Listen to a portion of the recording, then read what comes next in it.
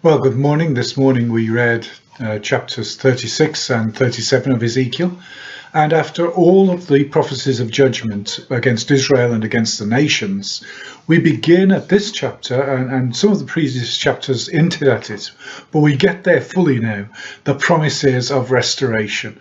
God is going to restore his people. He's going to restore them. He's going to give them back their land. They're going to be blessed in the land. They're going to be prosperous in the land.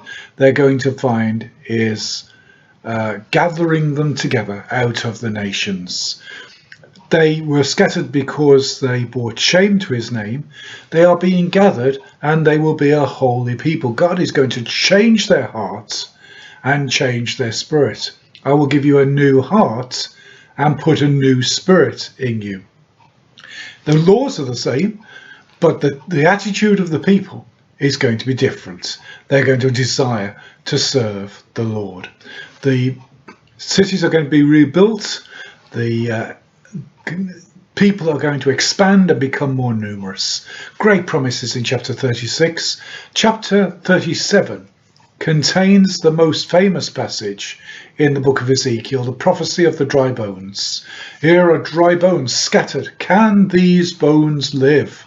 They've been dead for a long time. They're dry. The flesh has rotted away. The blood has drained away. Can these bones live? Sovereign Lord, you alone know. And then prophesy to these bones. Can Israel live? It's been torn down, it's been scattered among the nations, it's been taken captivity, the temple has been destroyed, it's lain waste for 70 years. Can these bones live? And God tells him to prophesy to the bones. And the bones first gather themselves together into bodies, and then they're covered with skin and tendons, and then the wind breathes into them breath. When there seemed to be no hope, God prophesied hope. When it seemed to be all over, when it seemed like there was no chance in this vision, God gave them hope. And into dry bones of his church, God still speaks.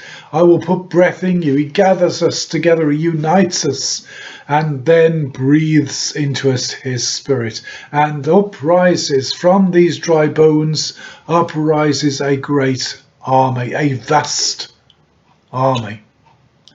If you're feeling like you're run down, if you're feeling like the church is just scattered dry bones, prepare. God is raising up a vast army from the dry bones. And then it ends with a prophecy of unity between Israel and Judah, and a messianic prophecy that the Messiah will come and rule over them.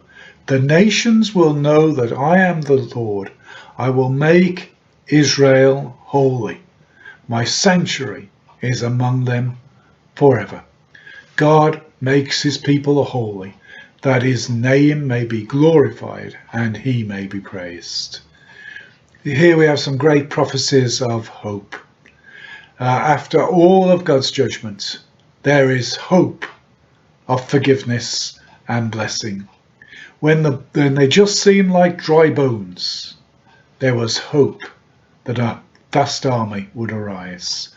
And when it seemed that they were going to be divided forever, God promised to bring them together under his servant David, under the Messiah who would reign in David's place.